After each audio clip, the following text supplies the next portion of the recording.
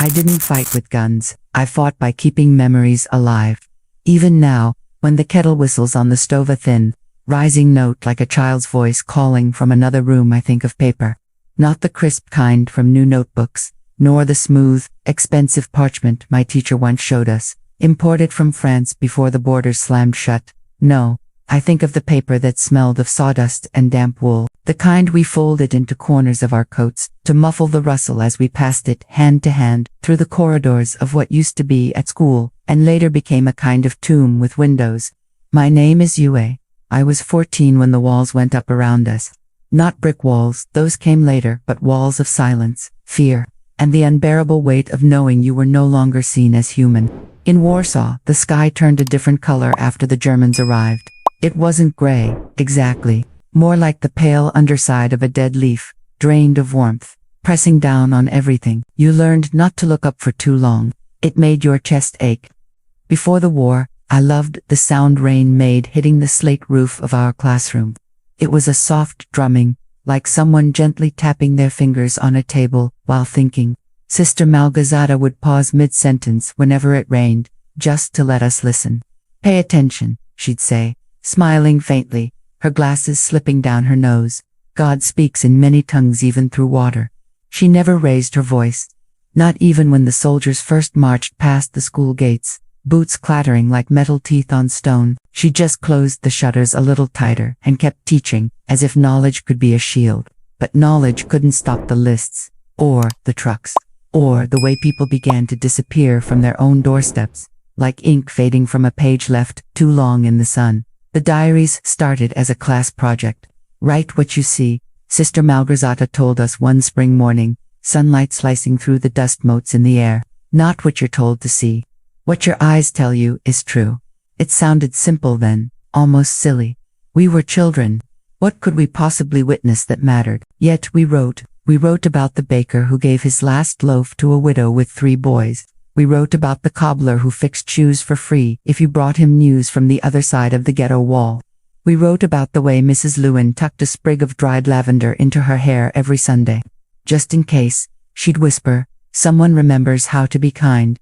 We wrote about the smell of burnt sugar from the candy shop that closed in '39, about the violinist who played on the corner until his hands froze stiff, about the silence that followed his last note. Our diaries weren't grand. They didn't speak of battles or heroes. They spoke of bread that tasted of sawdust but was shared anyway, of lullabies hummed through cracked lips, of hands that held other hands in the dark, not because they promised safety, but because they refused to let go. When they ordered the school shut, Sister Malgorzata gathered us in the library, the room with the high, arched windows and the smell of old paper and beeswax. Her hands trembled as she placed the diaries into a wooden crate. "These are not just words," she said, her voice low but steady, like a flame refusing to gutter out. "They are proof we were here, that we loved, that we thought, that we hoped." She looked at each of us, slowly, as if memorizing our faces for a future that might never come. Someone must keep them safe. I didn't raise my hand, I didn't step forward, but when she caught my eye, something passed between us, not a command, not a plea, but a quiet understanding, like 2 notes harmonizing in a minor key. I nodded once, she nodded back, and just like that, the weight settled into my palms. The crate was heavier than it looked. Not from the paper. There were only 23 diaries, each bound with string or ribbon or, in Jacob's case, a length of shoelace butt from what they carried. The dreams of children who had already begun to forget what green grass felt like under bare feet, who measured time not in days but in rations, who whispered jokes in the dark to keep the silence from swallowing them whole. I took the crate home that evening, wrapped in my mother's faded shawl. The streets were quiet, but not peaceful, quiet like a held breath. Every shadow felt watchful. I remember clutching the shawl tighter as I passed the abandoned tram stop, its metal frame twisted like a broken rib cage. My heart thudded against my ribs, not from fear of being caught though, that was there, but from the awful realization that I was carrying something more precious than food, more fragile than glass. At home, my father was already hollowing out the floorboards beneath the kitchen table. He'd done this before for ration cards, for a hidden loaf of bread, once for a photograph of my grandparents that someone said could get us shot simply for owning. His hands moved with quiet urgency, splinters catching in his knuckles. He didn't ask what was in the crate. He just nodded when I placed it in the cavity and helped me fit the board back into place, smoothing the dust with his sleeve. That night, I lay awake listening to the creak of the house, the distant wail of a siren, the muffled cough of my little brother Luchek, asleep in the corner, and I thought, if they take everything, our home, our names, our lives, at least these words might survive. At least someone, somewhere, might read them and say, they were real, they mattered. Weeks passed, then months. The ghetto shrank like a drying fruit, its skin tightening around us until every breath felt borrowed. People grew thinner, quieter. Even laughter became a rare, furtive thing, like a bird that only sings when it thinks no one is listening. But I kept checking the floorboards, every morning, every night, sometimes just to press my ear against the wood and imagine the diaries breathing beneath it, like sleeping children. Then came the notice, white paper nailed to every lamppost, printed in bold Gothic script we could barely read but understood all too well. Seedling resettlement, a clean word for a filthy lie. My mother burned our family photos that night, not all of them, just the ones with faces. She tossed them into the stove one by one, her back turned so Luchek wouldn't see her crying. The flames leaped hungrily, turning smiles into ash. I stood in the doorway, arms crossed over my chest, feeling the crate beneath the floor like a second heartbeat. We were to leave in 3 days. Everything we couldn't carry would be left behind, or taken, or destroyed. I didn't sleep. Instead, I sat at the kitchen table, tracing the grain of the wood with my finger, wondering how to carry 23 lives in my arms without being seen.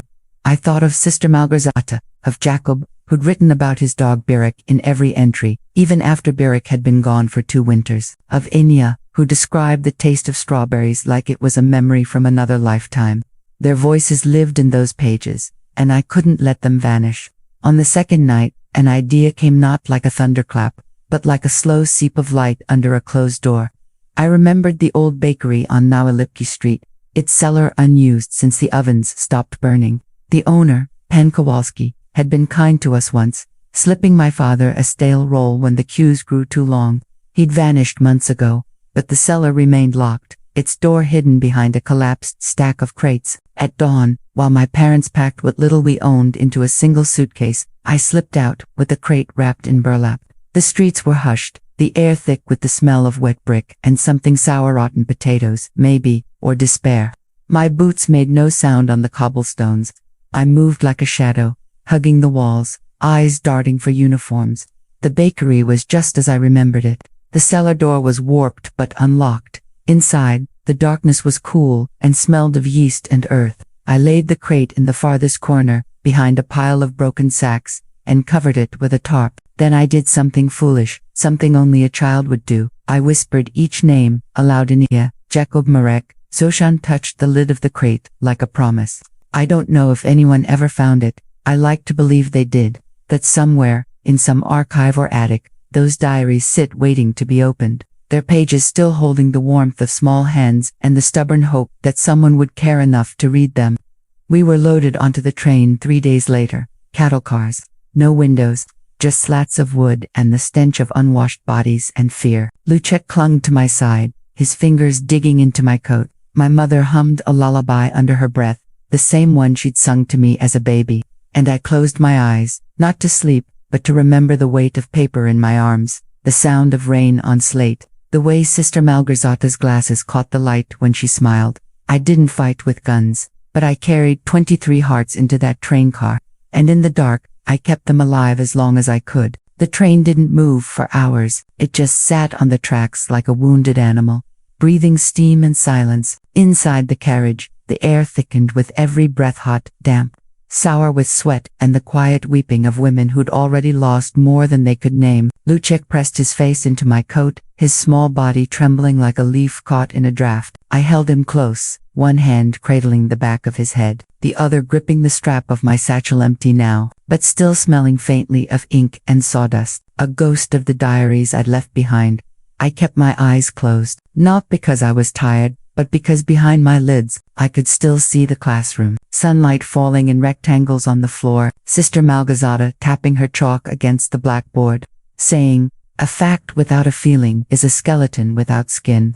I used to think that was too poetic for arithmetic. Now I understood. Numbers could tell you how many were gone. Only words could tell you who they were. Someone coughed a dry, hacking sound that seemed to scrape the walls. A baby cried, then stopped abruptly, as if even its lungs had grown weary of protest. Time didn't pass in minutes or hours. It passed in swallows, in the shift of bodies trying to find space that wasn't there, in the metallic groan of the carriage as it finally lurched forward. The motion was a relief and a terror all at once. Movement meant we were going somewhere. But where? No one spoke the name of the place. We didn't need to. We'd heard the whispers at the market, the rumors traded for a crust of bread, Treblinka, Auschwitz, names that tasted like ash on the tongue.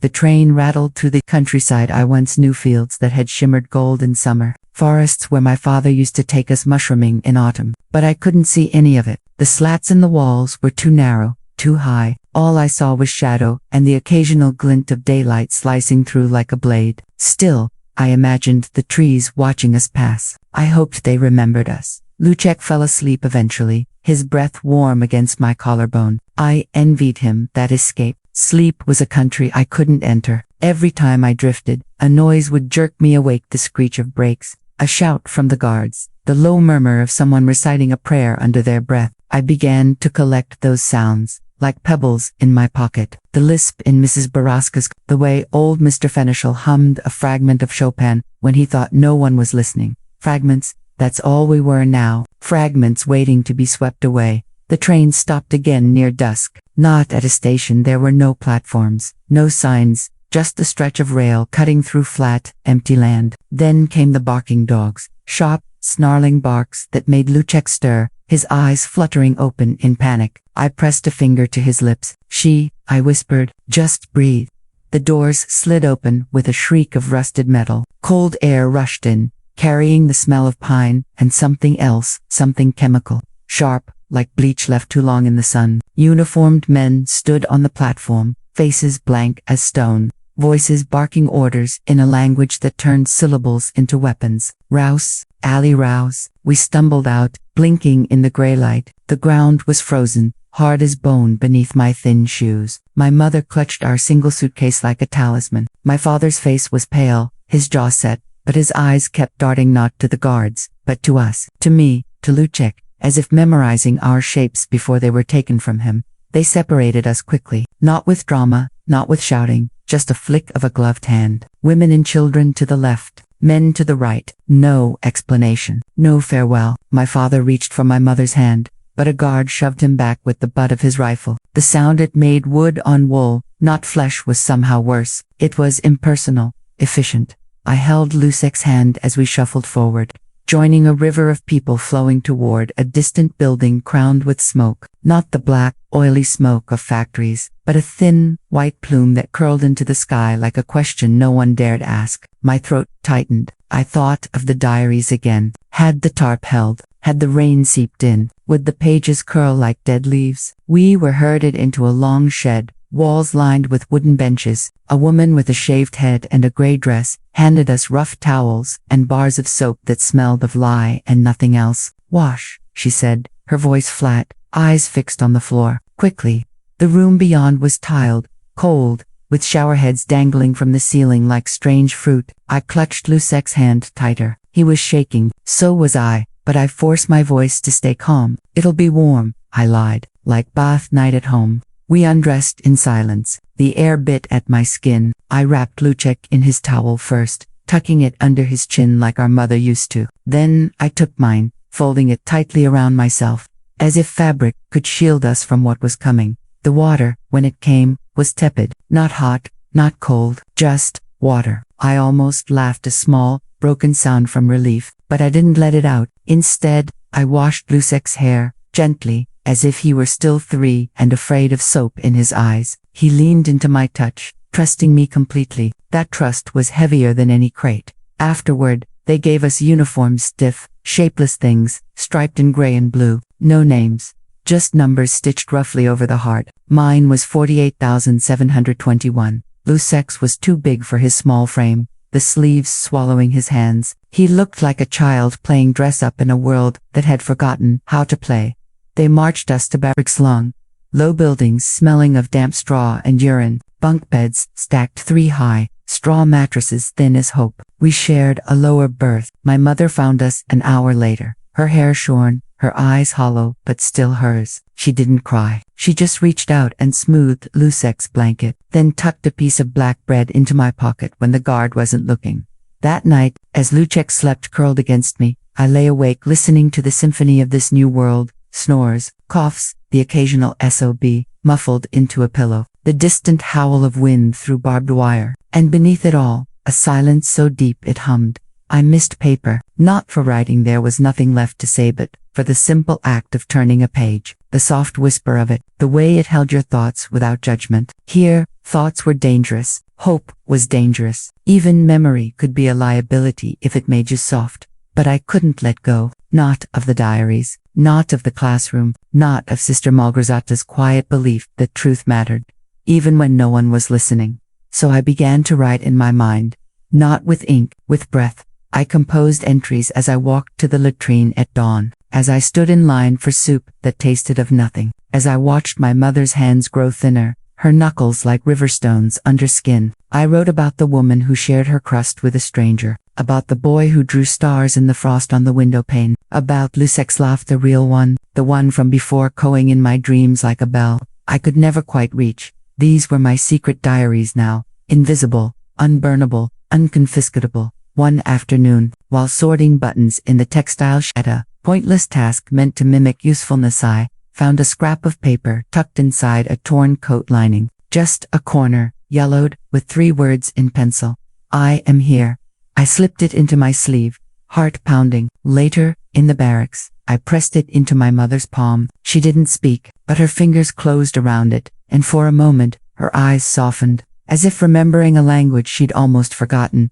That scrap became our compass, not toward escape, that was a fairy tale, but toward dignity, toward the quiet rebellion of staying human in a place designed to strip you of it.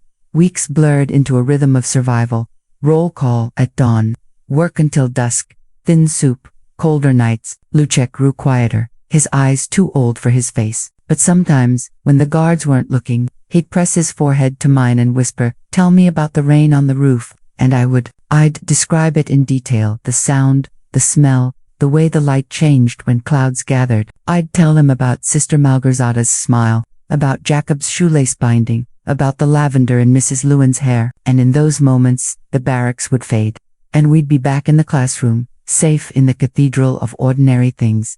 I didn't know if we'd survive, but I knew this, as long as I could remember, they hadn't won. As long as one voice carried the names, the faces, the small truths of who we were, then we were still here, even in the dark, even in the cold, even when the world tried to erase us. I kept the memories alive, and in doing so, I kept us alive too.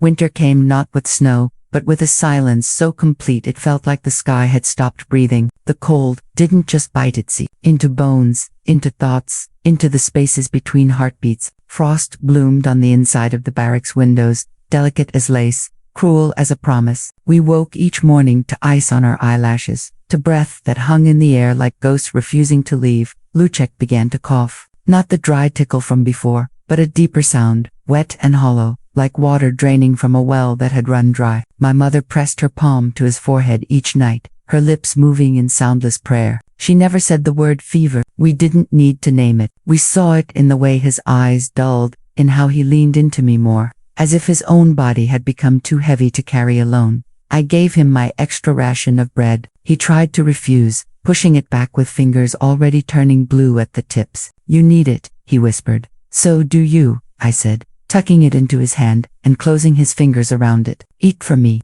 he did slowly, as if eating were an act of love, not survival. In the textile shed, I started watching the overseer, a woman named Frau Vogt, with hair pulled so tight it stretched the skin around her eyes. She never shouted, never struck, but her silence was colder than the wind outside. She'd stand in the doorway, arms crossed, watching us sort buttons, thread spools, mend uniforms that would never fit us. Her gaze was like a blade drawn slowly across your skin. You didn't bleed, but you knew you'd been cut.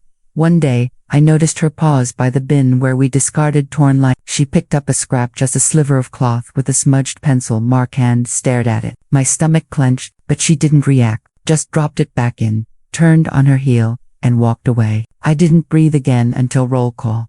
That night, I dreamed of paper boats floating down the Vistula. Each one carried a name: Ania Jacob, Zosia Marek. They drifted past the bridges of my childhood, past the university spires, past the market square where my father once bought me honey cakes. In the dream, the boats didn't sink. They kept going out of the city, into the open land beyond, where the river met the sky. I woke with tears on my cheeks, frozen before they could fall. The next morning, during roll call, a girl collapsed, not dramatically, just folded, like a coat slipping off a hook. She was from our Baruch Roka, 17. She'd shared her spoon with me once when I dropped mine in the mud. The guards didn't rush. They just stood, arms crossed, until two women carried her away. No stretcher, no words, just the soft thud of her body against the frozen ground as they dragged her. We stood in silence for 3 hours after. No one moved, no one spoke. The cold carved us into statues, but inside, I felt something crack, not break, not yet, but fracture, like ice under too much weight. Later, in the barracks, my mother handed me a small bundle wrapped in a scrap of blanket. From the kitchen, she said quietly, a potato peel, boiled. It was barely enough to fill a thimble, but she'd saved it for Luczek. He ate it slowly, gratefully, as if it were a feast. I watched him, and something shifted in my chest. Not hope, that was too bright a word for this place, but resolve. A quiet, stubborn refusal to let the light in him go out. If I could not protect his body, I would protect his spirit. I would give him stories like medicine. So I began telling them every night, not just memories of before, but new ones made up, stitched together from scraps of old songs and half-remembered fairy tales. I told him about a girl who could talk to crows, and they brought her news from the world beyond the wires. I told him about a hidden library under the earth, where books grew like mushrooms in the dark, and every page glowed with warmth. He'd listen, eyes wide in the dim light, and sometimes, just sometimes, a smile would flicker across his face like a match struck in a cellar. Those stories were my diaries now, spoken, not written, fleeting, but real.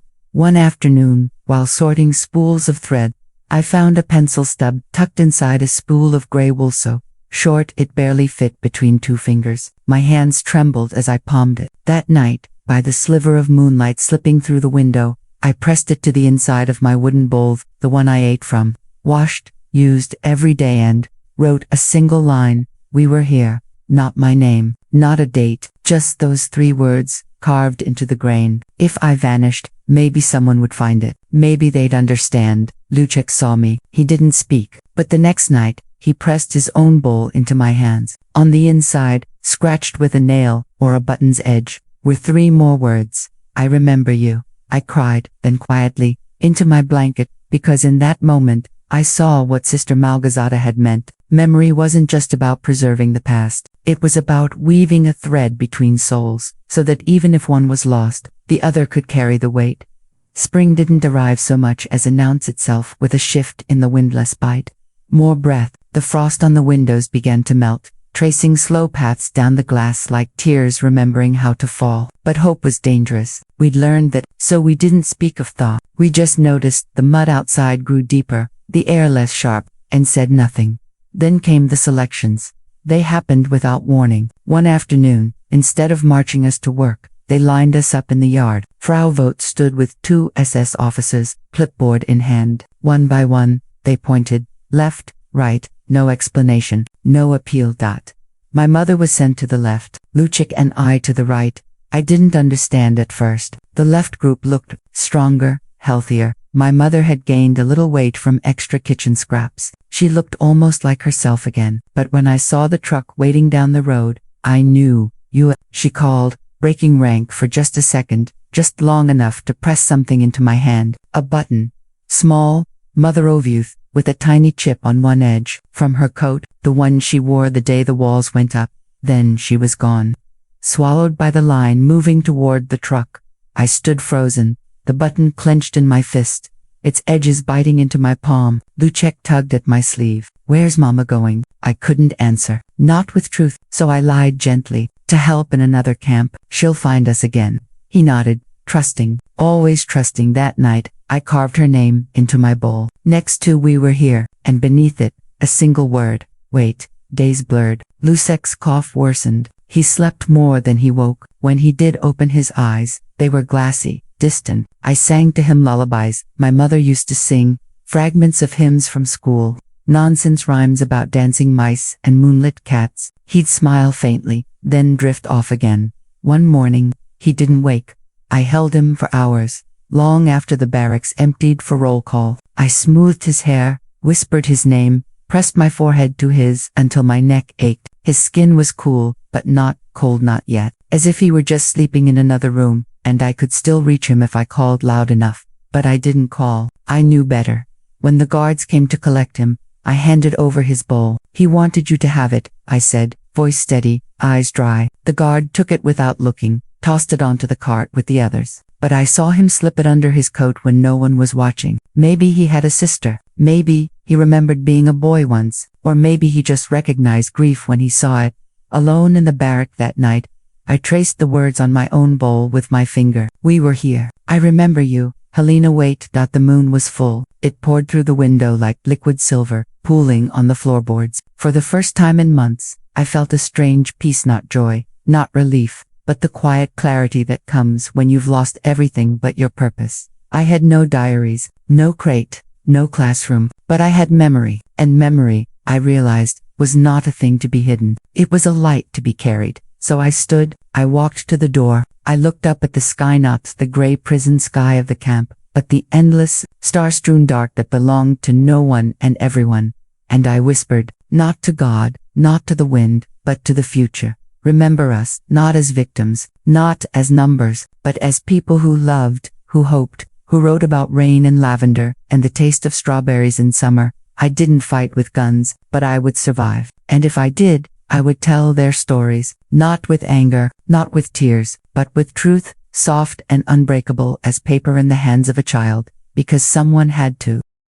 Summer arrived like a thief, quiet, unexpected, stealing in through the cracks of routine. The days grew longer, heavier with heat that clung to the skin like wet wool. The mud outside the barracks turned to dust, rising in pale clouds with every step, coating our tongues, our eyelashes, the pages of the books we no longer had but still carried in our heads. I stopped counting the weeks. Time wasn't measured in sunrises anymore, but in breaths. How many I could take before the next roll call, how many Lucek had left, how many my mother might still be drawing somewhere beyond the smoke and silence. I was moved to a new work detail after Lucek's death, not as punishment, nothing so personal, but as rearrangement, like shifting furniture in a room no one cared about. Now I sorted clothing, shoes, coats, dresses, children's things, piles and piles of them, dumped from trains that arrived at odd hours, doors sliding open to reveal not people, but absence. Each garment carried ghosts in its seams, the scent of perfume faint beneath sweat, a dried flower pressed into a pocket, the careful stitching of a name tag inside a collar.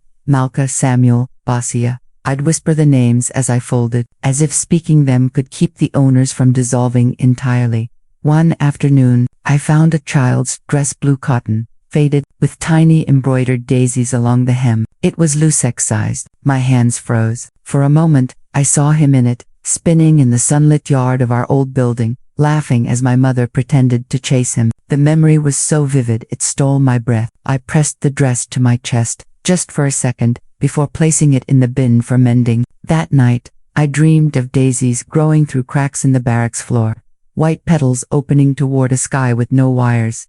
Frau Vogt watched me more closely after that, not with suspicion. She never wasted energy on suspicion, but with a kind of weary attention, like someone studying a moth that keeps beating its wings against a window. Once, when I dropped a bundle of scarves, she didn't scold. She just knelt, helped me gather them, and said, in Polish so soft I almost missed it, "You keep your eyes too open." Then she walked away, her boots clicking on the concrete like a metronome counting time I didn't have.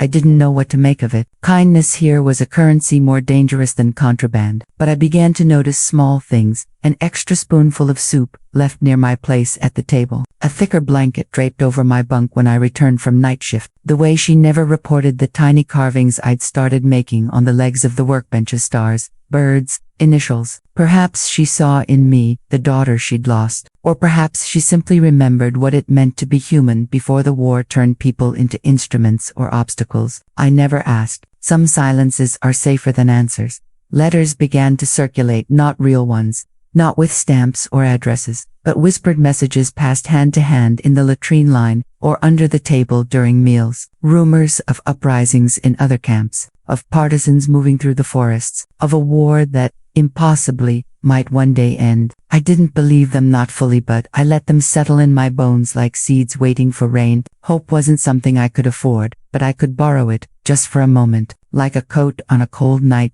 Then, in late July, the sky changed. Not the weather though. Thunder rolled in from the east, but the sound, distant, at first, a low rumble that could have been storms, but then it came again, closer, rhythmic, unmistakable. Artillery, real guns, not the sharp crack of camp guards, but the deep, rolling voice of war itself. Moving like a tide toward us, the guards grew nervous, patrols doubled, curfews tightened. At roll call, the officers barked orders with less certainty, their eyes darting toward the horizon. Even the dogs seemed restless, pacing the perimeter with ears pricked. One evening, as I scrubbed the barracks floor on my hands and knees, a woman from the next block knelt beside me, pretending to tie her shoe. "They're burning the records," she whispered, breath warm against my ear. "All of them, tonight." Then she stood and walked away, back straight, face blank. My heart hammered. Records, lists, names, the official proof that we had existed. And if they were burning those, what about the rest? That night, under cover of a thunderstorm that cracked the sky like shattered glass, I slipped out, not to escape. I knew better than to dream that, but to run toward the only thing I still owed the world: memory. I moved through the camp like a shadow, keeping low, using the flashes of lightning as cover. The administration building stood at the far end of the compound, its windows dark except for one on the ground floor. Inside, I could see the flicker of flames. I didn't think, I just went. The door was unlocked. Haste makes chaos, even among monsters. Inside, the air reeked of ink and fire. Papers burned in a metal bin, curls of ash rising like black butterflies. Ledgers, lists, photographs, centuries of lives reduced to smoke in a single night. But in the corner, half hidden under a desk, a crate, smaller than the one from the school, but unmistakable. Wooden slats, rope binding. My breath caught. Could it be? I crossed the room in 3 strides, lifted the lid with trembling hands. Not the school diaries. Of course not. But something else. Bundles of letters, dozens of them, tied with string, addressed in careful script to people whose names I knew: Mrs. Lewin, Pan Kowalski, Sister Mel. Letters sent from the ghetto to the outside world. Letters that had never been delivered. Letters the Germans had confiscated and kept. Why? As trophies, as evidence, or simply because even cruelty sometimes forgets to destroy everything. I grabbed 3 bundles, just enough to tuck inside my tunic, and ran. I don't remember the journey back, only the slickness of rain on my face, the drumming of my heart louder than the thunder, the way the letters pressed against my ribs like living things. I buried them beneath my bunk, wrapped in the only dry cloth I had, loose spare shirt, still smelling faintly of soap and boyhood. For days, I waited for alarms, for searches, for punishment, but none came. The guards were too busy preparing for something, their own retreat, perhaps, or a final reckoning. The artillery grew louder, closer. One morning, we woke to the sound of planes overhead, not the droning German bombers, but the sharper, cleaner hum of engines that belonged to someone else. Then, in early August, the camp emptied. Not all at once, not with fanfare, but in waves. First, the guards began loading trucks with documents, furniture, anything that could be carried. Then the sick were taken to hospitals, they said, but we knew better. Then women, then children. The lines grew shorter, the barracks quieter. I was among the last, left behind, perhaps, because I looked strong enough to work until the end, or weak enough not to matter. One morning, I woke to silence. No roll call, no Bakken, no boots on gravel. I stepped outside. The gates stood open, not flung wide by liberators, but abandoned. Empty trucks littered the yard. Papers fluttered in the wind like lost birds. In the distance, smoke rose from the direction of the train depot. I didn't run. I walked, slowly, as if moving too fast might break the spell. Beyond the fence, the world was green, shockingly, impossibly green. Grass, trees, wildflowers pushing through cracked earth. I knelt and touched the soil. It was warm,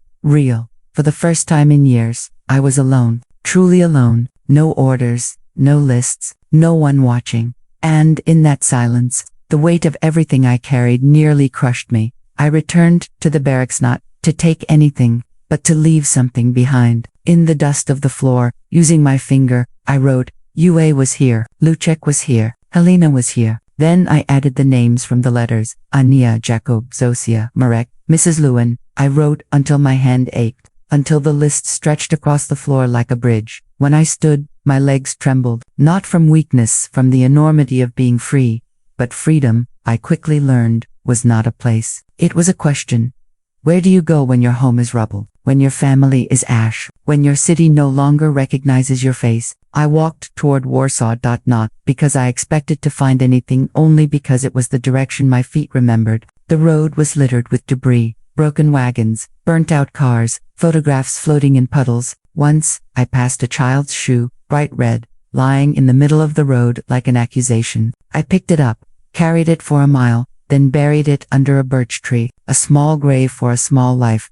Warsaw was worse than I imagined. Not just damaged, entire streets gone, churches reduced to stone teeth. The school where I'd sat under Sister Malgozata's gaze was a crater filled with rainwater and rusted bed frames. I stood at the edge and wept, not loudly, not for long, but with a grief so deep it felt like my bones were dissolving. Then, I remembered the bakery. Naluki Street was barely a path through rubble, but I found it. The sign was gone, the roof collapsed, but the cellar door, rusted, still hung on its hinges. I pried it open with a broken plank. Darkness, damp, the smell of earth and time. And there, in the far corner, behind the rotted sacks, the crate, intact, dry, covered in dust, but whole. I knelt, lifted the lid. The diaries were there, 23 of them, some pages warped, some edges foxed with mildew, but readable, alive. I sat on the dirt floor and opened the first one. Agnes. Her looping script filled the page. Today, Mrs. Lewin wore lavender in her hair. She said it reminded her of her wedding day. I asked what love feels like. She said, like remembering to breathe when you've forgotten how.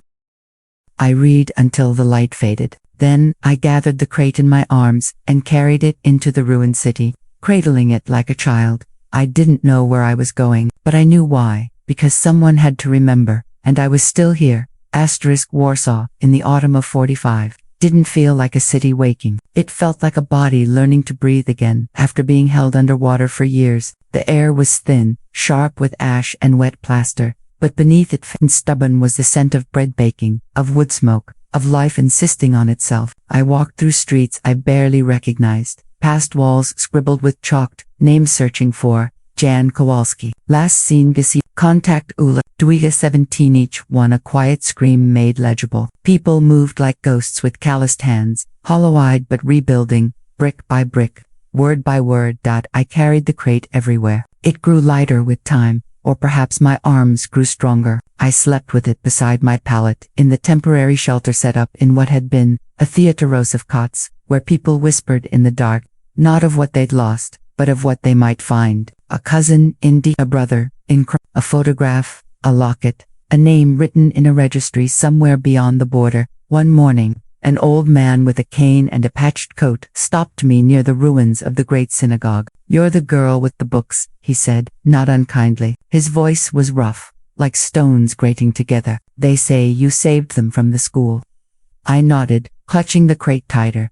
He studied me for a long moment, then reached into his pocket and pulled out a small tin. "Take this," he said, pressing it into my hand. "For the paper, to keep it from rot." Inside was camphor, wrapped in waxed paper. "My wife used it for her linens," he added quietly. Before I thanked him, he walked away without another word. I never saw him again, but I still keep that tin. I began reading the diaries aloud, not all at once, not to crowds, but in corners. To a woman sorting donated clothes, to a boy who'd lost his voice in the camps and hadn't spoken since, to a nurse tending the sick in a makeshift hospital. At first, my voice shook. Words felt too big for my mouth, too precious for my breath. But then I noticed something. When I read Jacob's entry about teaching Berwick to fetch sticks in the park, the nurse's shoulders relaxed. When I read Zosia's description of her grandmother's apple cake, cinnamon like a hug from the inside, the silent boy smiled. just for a second. And when I read Sister Malgorzate's note tucked into the back of Marek's diary, "You are not what they say you are. You are what you remember yourself to be," the woman sorting clothes began to cry, softly, into her sleeve. The diaries weren't relics, they were lifelines. Word spread, not loudly, not officially, but in the way truth moves through broken places, hand to hand, voice to voice. A librarian from the National Library found me one afternoon. Her name was Dr. Helena Nowick. She wore a man's coat 2 sizes too big and had ink stains on her fingers. "I've been looking for you," she said. "We're collecting everything. Letters, photographs, school registers, anything that survived. We're calling it the Archive of the Unremembered." I didn't trust her at first. Too many promises had turned to smoke. But she didn't ask for the diaries. She just sat beside me on a pile of rubble and said, "Tell me about Anita." So I did. And when I finished, she took my hand right warm. Rilan said, "Then let us make sure she's never forgotten." They gave me a room in a building that had lost its roof but kept its walls. A single bed, a table, a kerosene lamp, and shelves, empty shelves, waiting. I lined them with the diaries, each one wrapped in clean cloth, nestled in camp. I began transcribing them not to replace the originals, but to multiply them. One copy for the archive, one for the school that would one day rise again, one for anyone who asked. Years passed, not in a rush, but in quiet accumulations. The first cherry blossom on a sapling planted in the schoolyard, the sound of children's laughter echoing where silence once reigned, the weight of a proper coat on my shoulders in winter. I never married, never had children of my own, but in a way, I became mother to 23 souls, keeping their voices alive, their dreams intact,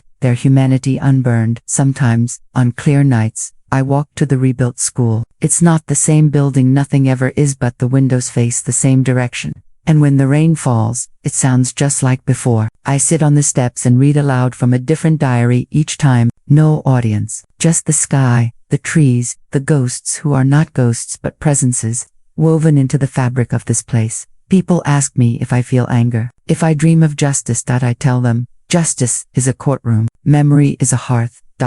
I chose the hearth. I didn't fight with guns, I fought with paper, with ink, with the stubborn act of saying this happened when the world wanted to look away. And in doing so, I discovered something unexpected.